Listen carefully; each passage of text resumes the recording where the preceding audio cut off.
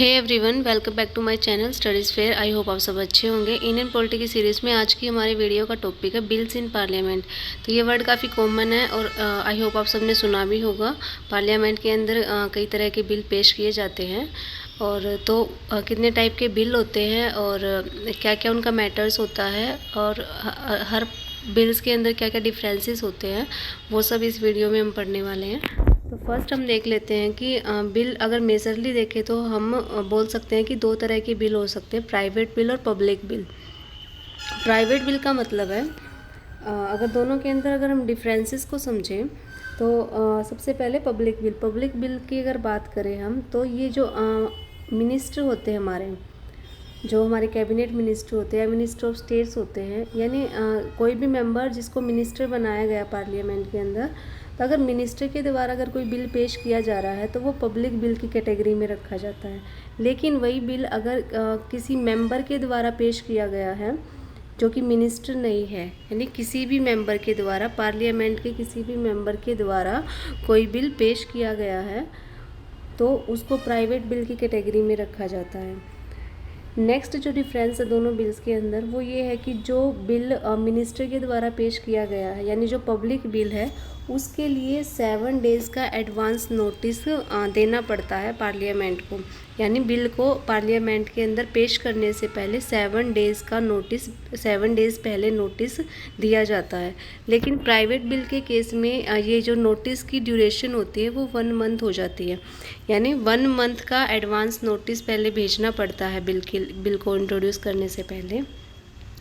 Next जो difference है इन दोनों में, क्योंकि अब जो पब्लिक बिल है उसको मिनिस्टर के द्वारा पेश किया गया है और जाहिर सी बात है कि जो मिनिस्टर होते हैं वो मेजॉरिटी पार्टी से होते हैं, तो उनके बिल को मेजॉरिटी ऑफ मेंबर फेवर करेंगे तो उसके अप्रूवल के जो चांसेस होते हैं वो ज़्यादा होते हैं, यानी पब्लिक बिल के अप्रूव होने के चांसेस ज़्यादा होते हैं। जबकि जो प्राइवेट बिल होता है उसके कम चांसेस होते हैं अप्रूव होने के। तो ये मेजर डिफरेंसेस है पब्लिक बिल और प्राइवेट बिल में। नेक्स्ट है हमारा टाइप्स ऑफ बिल्स कि कितनी तरह के बिल होते हैं। सबसे पहला हमारा टाइप है ऑर्डिनरी बिल, यानी साधारण bill, concern with any matter other than financial subject. देखिए फाइनेंशियल सब्जेक्ट के अलावा जितने भी मैटर हैं उनसे रिलेटेड अगर कोई बिल है तो उसको ऑर्डिनरी बिल की कैटेगरी में रखा जाता है। नेक्स्ट है हमारा मनी बिल। इसके नाम से ही पता चल रहा है कि इस बिल के अंदर कुछ फाइनेंशियल मैटर्स होते हैं, जैसे कि टैक्स से रिलेटेड, हमारे पब्लिक के लिए जो एक्सपेंडिचर होना है उससे रिलेटेड। तो ऐसे बिल को जिसके अंदर ये सब मैटर्स दिए गए उसको मनी बिल की कैटेगरी में रखा जाता है। जैसे कि हमारा जो बजट होता है, बजट को एनुअल फाइनेंशियल स्टेटमेंट भी बोलते हैं। कॉन्स्टिट्यूशन के अंदर बजट नाम का कोई भी वर्ड मेंशन नहीं है, उसकी जगह एनुअल फाइनेंशियल स्टेटमेंट है और वो मनी बिल की कैटेगरी में ही आता हमारा। नेक्स्ट है financial bill, concern with financial matters but are different from money bill. ठीक है, देखिए कुछ फाइनेंस से रिलेटेड मैटर्स ही हमारे मनी बिल के अंदर होते हैं, लेकिन जो फाइनेंशियल बिल्स होते हैं, जो भी मैटर्स मनी बिल के अंदर कवर नहीं होते हैं उनको अलग से फाइनेंशियल बिल्स में डाल दिया जाता है। तो मनी बिल के अलावा और जितने भी मैटर्स बच गए फाइनेंस से रिलेटेड वो फाइनेंशियल बिल्स में रखे जाते हैं। आगे इनको डिटेल में पढ़ेंगे हम कि इनके बीच में डिफरेंसेस क्या क्या हैं। नेक्स्ट है हमारा कॉन्स्टिट्यूशन अमेंडमेंट बिल। तो कॉन्स्टिट्यूशन अमेंडमेंट बिल, इसके नाम से ही पता लग रहा है कि कॉन्स्टिट्यूशन के अगर प्रोविजंस में हमें कुछ चेंजेस करने हैं तो उसके लिए जो बिल पेश किया जाता है उसको हम कॉन्स्टिट्यूशन अमेंडमेंट बिल बोलते हैं। तो अब इनको हम डिटेल में पढ़ने जा रहे हैं। तो फर्स्ट आता है हमारा ऑर्डिनरी बिल। तो देखिए जो हर एक ऑर्डिनरी बिल होता है अगर उसको हम देखें तो मेन 5 स्टेजेस से होकर उस बिल को जाना पड़ता है। किसी भी बिल को एक्ट बनने से पहले 5 स्टेज से होकर जाना पड़ता है। वो 5 स्टेज कौन कौन सी है? फर्स्ट है फर्स्ट रीडिंग। फर्स्ट स्टेज को हम नाम देते हैं फर्स्ट रीडिंग का। इसमें बेसिकली क्या होता है, बिल को इंट्रोड्यूस किया जाता है मेंबर्स के सामने, यानी पार्लियामेंट में बिल पेश किया जाता है। नेक्स्ट है an ordinary bills can be introduced in any house of the parliament by a minister और बाय एनी अदर मेंबर। तो ऑर्डिनरी बिल में क्या होता है, इसे कोई मिनिस्टर भी पेश कर सकते हैं और मिनिस्टर के अलावा और भी कोई मेंबर है पार्लियामेंट का जो कि मिनिस्टर नहीं है तो उनके द्वारा भी पेश किए जा सकते हैं। और जो हमारे 2 हाउसेस है, राज्यसभा और लोकसभा, किसी भी हाउस में इस बिल को इनिशिएट किया जा सकता है। सेकंड जो स्टेज है उसको हम सेकंड रीडिंग का नाम देते हैं। इसमें क्या होता है, bill is scrutinized in detail and final shape is given to it. तो बिल की क्या होती है, बिल की अच्छे से जांच पड़ताल होती है। जैसे फर्स्ट स्टेज में क्या होता है, बिल पेश किया गया और उसको प्रिंट करा लिया जाता है, ठीक है। और फिर सेकंड स्टेज में क्या होता है, बिल की अच्छे से जांच पड़ताल होती है और उसको फाइनल शेप दी जाती है, फिर उसको वोटिंग के लिए रखा जाता है। अब जो सेकंड स्टेज है उसको भी 3 मोर सब स्टेजेस में डिवाइड कर रखा है। तो फर्स्ट स्टेज है जनरल डिस्कशन। तो जो अब फर्स्ट स्टेज में जो बिल की कॉपीज़ प्रिंट कराई गई थी, अब उन प्रिंटेड कॉपीज़ को हर एक मेंबर में डिस्ट्रीब्यूट कर दिया जाता है और हर एक जो उस बिल के जो प्रिंसिपल्स है, प्रोविज़न्स उसके अंदर डाले गए हैं, उनको डिस्कस किया जाता है। यानी हर एक मेंबर आपस में बैठकर पार्लियामेंट के अंदर उन जो उसके प्रिंसिपल्स है, प्रोविज़न्स है बिल के, उनको डिस्कस करते हैं। नेक्स्ट जो स्टेज है वो है कमेटी स्टेज। देखिए हमारी पार्लियामेंट की में अलग अलग मैटर्स से रिलेटेड कमेटीज़ बनाई जाती हैं। तो इन कमेटीज़ का काम ही होता है, कोई भी बिल वगैरह पेश किया जाता है तो उनकी अच्छे से जांच पड़ताल करना कमेटीज़ का काम होता है। तो डिस्कशन होने के बाद बिल को कमेटीज़ के पास भेज दिया जाता है। अब जिस भी मैटर से रिलेटेड बिल है उसी मैटर से रिलेटेड जो कमेटी होगी उसको सेलेक्ट करके बिल उसके पास भेज दिया जाता है। और जो कमेटी होती है वो बिल्कुल थोरोली उसको डिटेल में बिल को पढ़ती है, हर एक क्लास को अच्छे से क्लास की हर एक अच्छे से जांच पड़ताल करती है कि कोई भी क्लास जो प्रिंसिपल जो प्रोविज़न्स बिल के अंदर डाले गए हैं वो कितने कॉन्स्टिट्यूशन के हिसाब से कितने वैलिड है और कितने इनवैलिड है। अगर उनके अंदर कोई चेंजेस करने हैं या कोई भी ऐसा चेंज अगर जिसकी रिक्वायरमेंट है तो वो रिकमेंड कर सकते हैं उन चेंजेस को।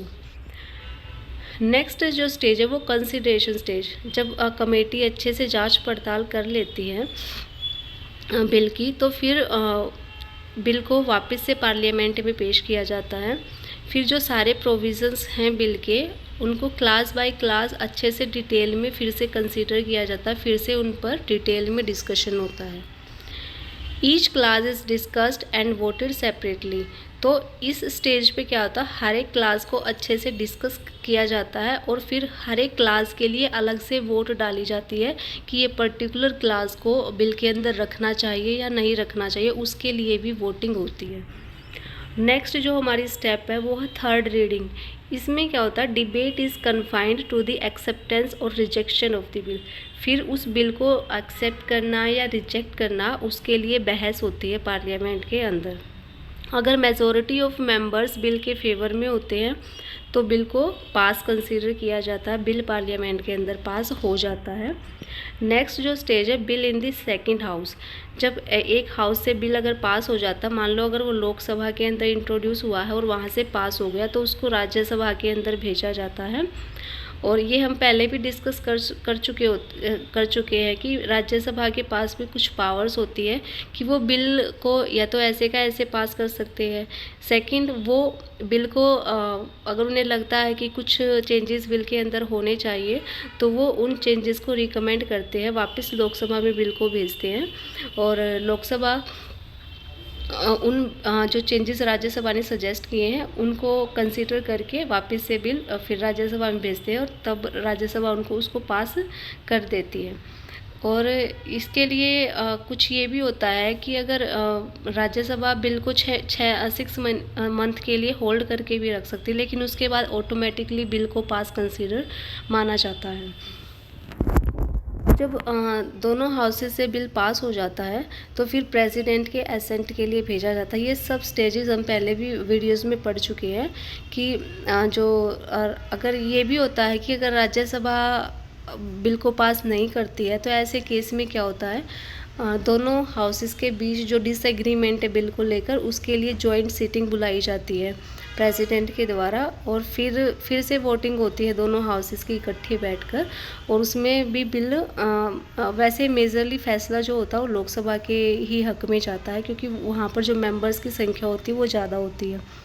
फिर प्रेसिडेंट के पास बिल पहुँचाया जाता है और प्रेसिडेंट उस बिल को, ये भी हमने पढ़ा था कि प्रेसिडेंट के पास कौन कौन सी पावर, क्योंकि प्रेसिडेंट बिल को अपने पास रख लेते हैं या फिर उसको रिकंसीडर करने के लिए लोकसभा के पास वापस से भेजते हैं।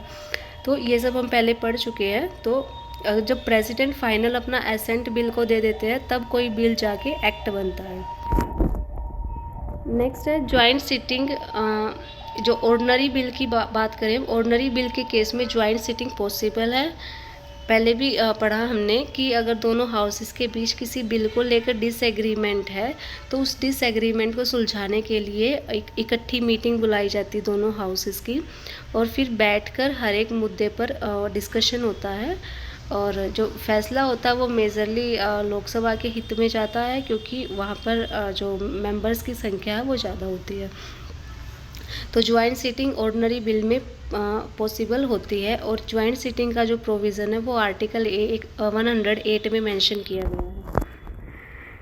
President can use veto also. Veto power जो प्रेसिडेंट की, हमने जो प्रेसिडेंट वाला वीडियो पढ़ी थी उसमें हमने पढ़ा था कि प्रेसिडेंट के पास वीटो पावर होती है, तो वीटो पावर का यूज़ ऑर्डिनरी बिल पे किया जा सकता है। नेक्स्ट है हमारा मनी बिल। मनी बिल है जो हमारे कॉन्स्टिट्यूशन के आर्टिकल 110 में मेंशन किया गया है। Introduced only in Lok Sabha. Money bill की क्या खासियत है कि इसको केवल लोकसभा के अंदर ही इनिशिएट किया जा सकता है, राज्यसभा के अंदर इंट्रोड्यूस नहीं किया जा सकता, और इसको इंट्रोड्यूस करने से पहले प्रायर परमिशन ऑफ प्रेसिडेंट, यानी प्रेसिडेंट की पहले ही परमिशन की रिक्वायरमेंट होती है। यानी जब प्रेसिडेंट पहले परमिशन देते हैं उसके बाद ही मनी बिल को लोकसभा के अंदर इनिशिएट किया जाता है। Next, Rajya Sabha can not amend और रिजेक्ट। दूसरा, मनी बिल के केस में लोकसभा के पास ज़्यादा पावर्स होती हैं। अगर मनी बिल लोकसभा से पास हो जाता है तो राज्यसभा के पास इतनी पावर्स नहीं होती कि वो उस बिल के अंदर कुछ चेंजेस कर सके या फिर उस बिल को रिजेक्ट कर सके। Rajya Sabha can keep it for 14 days. Maximum क्या है, राज्यसभा बिल को अपने पास केवल 14 डेज तक रख सकती है। आफ्टर दैट उसके बाद इसको ऑटोमेटिकली एक्सेप्टेड कंसीडर किया जाता है बिल को। No joint sitting. अब क्योंकि राज्यसभा के पास मनी बिल से रिलेटेड ज़्यादा पावर्स नहीं होती है, वो उसको रिजेक्ट नहीं कर सकते, इसलिए ज्वाइंट सीटिंग की रिक्वायरमेंट मनी बिल के केस में नहीं होती है। President can not use suspensive veto. President जो हैं वो सस्पेंसिव वीटो यूज़ नहीं कर सकते मनी बिल पर। सस्पेंसिव वीटो का मतलब है कि जो ऑर्डिनरी बिल होता है प्रेसिडेंट उसको लोकसभा के में दोबारा से भेज सकते हैं रिकंसीडर करने के लिए, लेकिन मनी बिल को रिकंसिडरेशन के लिए लोकसभा में दोबारा नहीं भेजा जाता। मनी बिल पर प्रेसिडेंट को अपना एसेंट देना पड़ता है। वो उसको विद होल्ड भी कर सकते हैं, लेकिन मोस्ट ऑफ द केसेस में जो प्रेसिडेंट की, क्योंकि वो उनकी पहली परमिशन से ही इनिशिएट हुआ है, इसलिए उनको एसेंट देना ही पड़ता है। Certificate of money bill is given by speaker. तो जो मनी बिल का जब लोकसभा में बिल लोकसभा से पास होकर जब दूसरे हाउस में या प्रेसिडेंट के पास बिल को भेजा जाता है तो उस पर एक सर्टिफिकेट लगता है, और वो सर्टिफिकेट स्पीकर के द्वारा लगाया जाता है। तो स्पीकर के पास ये पावर होती है कि वो डिसाइड करते हैं कि जो बिल इनिशिएट किया गया लोकसभा के अंदर वो मनी बिल है या नहीं है। तो ये डिसाइड करने की पावर स्पीकर के पास होती है। Next, condition of money bill कि बिल के अंदर ऐसा क्या होता है कि उसको हम मनी बिल कंसीडर करते हैं। फर्स्ट है bill related to abolition, imposition, alteration और रेगुलेशन ऑफ टैक्सेस। अगर बिल के अंदर जो टैक्सेस हैं, अलग अलग तरह के टैक्सेस हैं, उनको एबोलिश करने की बात की गई है, नए टैक्सेस को इम्पोज करने की बात कही गई है, टैक्सेस में कुछ चेंज करने की बात कही गई है, तो टैक्सेस से रिलेटेड अगर कोई मैटर है तो वो मनी बिल कंसीडर किया जाएगा। Regulation of borrowing of money by union, ये 2 बार मिस प्रिंट हुआ है। तो regulation of borrowing of money by union की जो हमारी यूनियन गवर्नमेंट है, जो जैसे दूसरी कंट्री से या वर्ल्ड बैंक, IMF, जहाँ से भी वो लोन बोरो करते हैं, तो वो सब उनसे रिलेटेड अगर कोई मैटर है तो वो भी मनी बिल के अंदर रखा जाता है। Custody of consolidated fund of India, contingency fund of India and public account of India. देखिए ये आगे पढ़ेंगे हम कि ये कंसोलिडेटेड फंड या कंटिजेंसी फंड ऑफ इंडिया होते क्या हैं। तो इनमें बेसिकली क्या होता है, जितने भी हमारे जो भी हमारे रेवेन्यूज़ आते हैं या जितने भी जो भी हमारी गवर्नमेंट की जो भी कमाई होती है, वो सब हमारी कंसोलिडेटेड फंड ऑफ इंडिया में जाती है, कंसोलिडेटेड फंड में जाती है। और यहाँ इन्हीं से फिर एक्सपेंडिचर होते हैं। जो एक्सपेंडिचर होते हैं वो पार्लियामेंट में वोटिंग डाल के फिर उसके बेसिस पे पार्लियामेंट ही गवर्नमेंट को पावर देती है कि वो कितना एक्सपेंडिचर कंसोलिडेटेड फंड से कर सकते हैं। तो वो जो भी इससे रिलेटेड जो मैटर्स होंगे वो भी मनी बिल की कैटेगरी में रखे जाते हैं। Expenditure charge on consolidated fund of India. देखिए जो कंसोलिडेटेड फंड से जो भी पैसा निकाला जाता है उसको दो तरह से देखते हैं हम। एक तो उसको बोलते हैं चार्ज ऑन और एक बोलते हैं मेड फ्रॉम। जो चार्ज ऑन होता है उसके चार्ज ऑन अगर किसी मनी के आगे लगता है तो उसके लिए वोटिंग नहीं होती है पार्लियामेंट में। मान लो जैसे प्रेसिडेंट की सैलरी होती है, वो चार्ज होती है कंसोलिडेटेड फंड पे, तो उसके लिए वोटिंग नहीं होती पार्लियामेंट के अंदर। जब प्रेसिडेंट की सैलरी उस फंड से निकलती है तो उससे पहले वोटिंग नहीं डाली जाती है, वो ऑटोमेटिकली निकलती ही है। लेकिन जो मेड फ्रॉम होते हैं जो एक्सपेंडिचर कंसोलिडेटेड फंड से, उन्हें निकालने के लिए पार्लियामेंट में वोटिंग कराई जाती है, फिर उसके बेसिस पे ही वहाँ से जो पैसा है वो निकाला जाता है।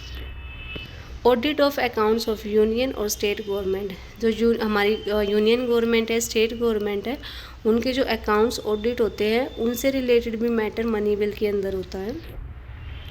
नेक्स्ट आता है हमारा फाइनेंशियल बिल। अगर जो भी मैटर्स मनी बिल के अंदर कंसीडर नहीं हुए हैं, जितने भी हमारे फिजिकल मैटर्स है, रेवेन्यू एंड एक्सपेंडिचर से रिलेटेड, वो सारे फाइनेंशियल बिल के अंदर आते हैं। हम ऐसे बोल सकते हैं कि जो मनी बिल है वो भी एक तरह का फाइनेंशियल बिल ही है। जैसे कि all money bills are financial bill, लेकिन जो फाइनेंशियल बिल है, सारे के सारे फाइनेंशियल बिल मनी बिल नहीं होते हैं, लेकिन जो मनी बिल है वो फाइनेंशियल बिल ज़रूर होता है। नेक्स्ट है financial bill part A. Article 117(1) में फाइनेंशियल बिल पार्ट ए, यानी फाइनेंशियल बिल को 3 कैटेगरीज में डिवाइड किया गया। एक तो मनी बिल जो हम पहले पढ़ लिया हमने। सेकंड फाइनेंशियल बिल की जो कैटेगरी है वो आर्टिकल 117(1) में दी गई है। जो सेकंड कैटेगरी है फाइनेंशियल बिल की वो आर्टिकल 117(3) में मेंशन की गई है। अब इन मनी बिल हम पढ़ चुके हैं। अब दोनों इन जो फाइनेंशियल बिल है जो कि आर्टिकल 117(1) और 3 के अंदर मेंशन किए गए हैं, इन दोनों में क्या डिफरेंसेस हैं। देखिए जो फाइनेंशियल बिल जो आर्टिकल 117(1) में मेंशन किए गए हैं, इसके अंदर ऑल मैटर्स ऑफ आर्टिकल, इसमें 110 जो हमारा मनी बिल है उससे रिलेटेड भी सारे मैटर इसके अंदर होते हैं, और हमारे जो जनरल मैटर्स भी होते हैं फाइनेंस से रिलेटेड वो भी इसके अंदर होते हैं। तो हम ये बोल सकते हैं कि ये जो इस आर्टिकल में जो फाइनेंशियल बिल है वो हाफ मनी बिल होता है और हाफ फाइनेंशियल बिल होता है।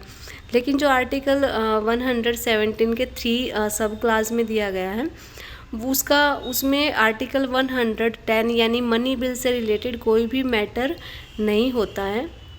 इसमें केवल expenditure from consolidated fund of India से ही डील करता है, यानी जो हमारा कंसोलिडेटेड फंड है उससे जो भी खर्चा होना होता है उन्हीं मैटर से रिलेटेड ये फाइनेंशियल बिल होते हैं।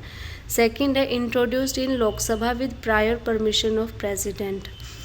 तो जो ये 117 के फर्स्ट क्लास के अंदर जो फाइनेंशियल बिल है उसको केवल उसको लोकसभा में ही इनिशिएट कराया जा सकता है, और प्रेसिडेंट की पहले परमिशन की रिक्वायरमेंट होती है। और लेकिन राज्यसभा के पास भी पावर्स होती है कि वो उस बिल को एक्सेप्ट या रिजेक्ट कर सकते हैं। तो जैसे ये जो बिल है ये स्टार्ट होता है मनी बिल की तरह। ये जो बिल है स्टार्ट होता है मनी बिल की तरह, लेकिन स्टार्ट जैसे मनी बिल की तरह स्टार्ट कैसे हुआ, जैसे मनी बिल को केवल लोकसभा में ही इंट्रोड्यूस कराया जा सकता है, मनी बिल के लिए भी प्रेसिडेंट की पहले रिक्वायरमेंट परमिशन चाहिए होती है, तो वैसे ही इस बिल के लिए भी प्रेसिडेंट की परमिशन चाहिए, केवल लोकसभा में ही इंट्रोड्यूस करा सकते हैं। लेकिन उसके बाद जैसे मनी बिल के केस में राज्यसभा के पास पावर नहीं थी कि वो उसको रिजेक्ट करे या उसको चेंज करे उसमें कुछ, लेकिन इस बिल में राज्यसभा के पास पूरी पावर होती है कि वो इसको रिजेक्ट भी कर सकते हैं और इसको एक्सेप्ट भी कर सकते हैं। तो ये मनी बिल की तरह स्टार्ट होता है, लेकिन उसके बाद ये ऑर्डिनरी बिल की तरह चलता है। अगर आर्टिकल 117 के 3 क्लास की बात करें हम, तो इसमें क्या होता है, इसमें भी प्रेसिडेंट की पहले परमिशन चाहिए होती है, लेकिन इसको किसी भी हाउस में इंट्रोड्यूस कराया जा सकता है। ऐसा नहीं है कि केवल लोकसभा में ही ये शुरू होगा, किसी भी हाउस में कराया जा सकता है, और ये भी ऑर्डिनरी बिल की तरह ही इसकी जो स्टेजेस होती है ऑर्डिनरी बिल की तरह ही चलता है। तो इस वाले आर्टिकल में भी ज्वाइंट सिटिंग पॉसिबल है और इसमें भी ज्वाइंट सिटिंग पॉसिबल है, क्योंकि बाद में ये ऑर्डिनरी बिल की तरह चलता है और ये भी ऑर्डिनरी बिल की तरह ही आगे पेश किया जाता है। तो इसलिए दोनों ही आर्टिकल्स में ज्वाइंट सिटिंग पॉसिबल है। नेक्स्ट है कि ज्वाइंट सिटिंग होती क्या है। फर्स्ट है to resolve a deadlock between two houses over the passage of a bill. पहले भी डिस्कस किया हमने कि दोनों हाउसेज में जब डिसएग्रीमेंट हो जाता है किसी बिल को लेकर, तो ज्वाइंट सिटिंग बुलाई जाती है उस मैटर को सॉल्व करने के लिए। Summons by president. अब ये ज्वाइंट सिटिंग बुलाते कौन है, तो ये राइट प्रेसिडेंट के पास होता है कि वो दोनों हाउसेज की मीटिंग एक साथ बुला सकते हैं। Presided over by speaker of Lok Sabha. लेकिन अब मीटिंग तो आ गई, लेकिन उस मीटिंग का हेड कौन होगा, तो देखिए जो मीटिंग का हेड होगा वो स्पीकर होते हैं, जो लोकसभा के स्पीकर होते हैं वही मीटिंग के हेड होते हैं। कई बार बच्चे कंफ्यूज हो जाते हैं, सोचते हैं कि वाइस प्रेसिडेंट हो गए, लेकिन वाइस प्रेसिडेंट नहीं होते, स्पीकर ही ज्वाइंट सिटिंग के हेड होते हैं। Next joint sitting is applicable to ordinary bills और फाइनेंशियल बिल्स। जो ज्वाइंट सिटिंग है वो ऑर्डिनरी बिल्स के केस में भी पॉसिबल है, फाइनेंशियल बिल के केस में भी पॉसिबल है, लेकिन मनी बिल के केस में ज्वाइंट सिटिंग पॉसिबल नहीं है। और जो कॉन्स्टिट्यूशनल अमेंडमेंट बिल होते हैं वहाँ पर भी ज्वाइंट सिटिंग पॉसिबल नहीं होती है। नेक्स्ट जो हमारा टाइप है बिल का वो कॉन्स्टिट्यूशनल अमेंडमेंट बिल, जो कि आर्टिकल 368 में मेंशन किए गए हैं। और अगर कॉन्स्टिट्यूशन के पार्ट की अगर हम बात करें तो ये पार्ट नंबर 20 के अंदर ये प्रोविज़न दिए गए हैं। Can be initiated in either house of parliament. Lok Sabha Rajya Sabha किसी भी हाउस में इस बिल को शुरू किया जा सकता है, पेश किया जा सकता है, but not in the state legislature. लेकिन स्टेट लेजिस्लेचर जो हमारी विधानसभाएं होती उनके अंदर इसको इनिशिएट नहीं किया जा सकता। ईदर बाय ए मिनिस्टर और बाय ए मेंबर। तो कोई भी जो मिनिस्टर है वो भी इसको पेश कर सकते हैं, और पार्लियामेंट का कोई भी मेंबर जो मिनिस्टर नहीं है वो भी इस बिल को इनिशिएट कर सकते हैं। Does not require prior permission of president. तो पहले से ही प्रेसिडेंट की परमिशन की कोई रिक्वायरमेंट नहीं होती इस बिल के लिए। Requires special majority. इस बिल को ये मेजोरिटी के टाइप्स भी हम पहले वीडियोस में पढ़ चुके हैं, तो इस बिल के लिए भी स्पेशल मेजोरिटी की रिक्वायरमेंट होती है इस बिल को पास कराने के लिए। स्पेशल मेजोरिटी का मतलब है जितने भी जो मेंबर्स हैं हमारे हाउस के अंदर जो मेंबर्स प्रेजेंट है उनका 2/3 मेंबर्स उसके फेवर में अगर वोट करते हैं तो बिल पास होगा। No joint sitting. इस केस में भी जॉइंट सिटिंग पॉसिबल नहीं है। If it is related to amend the federal provision. अगर ये हमारे कॉन्स्टिट्यूशन के फेडरल प्रोविजंस को चेंज करा। फेडरल का मतलब होता है कि जो हमारी कंट्री में जो पावर्स होती है वो सेंटर और स्टेट में डिवाइड होती है, तो ये फेडरल स्ट्रक्चर है हमारी कंट्री का। और अगर ऐसे कोई स्ट्रक्चर में अगर कोई चेंजेस करने हैं, यानी बात कर रहे हैं हम अगर स्टेट के मैटर्स में अगर कोई चेंजेस करना है तो उसके लिए जो हमारी टोटल जितनी भी स्टेट्स हमारी कंट्री की उनमें से कम आधी हाफ स्टेट्स को में सिंपल मेजॉरिटी से उस बिल को पास होना ज़रूरी होता है। The president must give his assent to the bill. और प्रेसिडेंट को अपना एसेंट देना ही देना होता है इस बिल को। So thank you, it's all about this video. अगर आपको वीडियो अच्छी लगी हो, आपको लगता है कि आपके कॉम्पिटिटिव एग्ज़ाम्स की प्रिपरेशन में हेल्पफुल रहेंगी, so please like, share and subscribe, ताकि आपको ऐसे ही नॉलेजेबल वीडियोस आगे भी मिलती रहे। So thank you.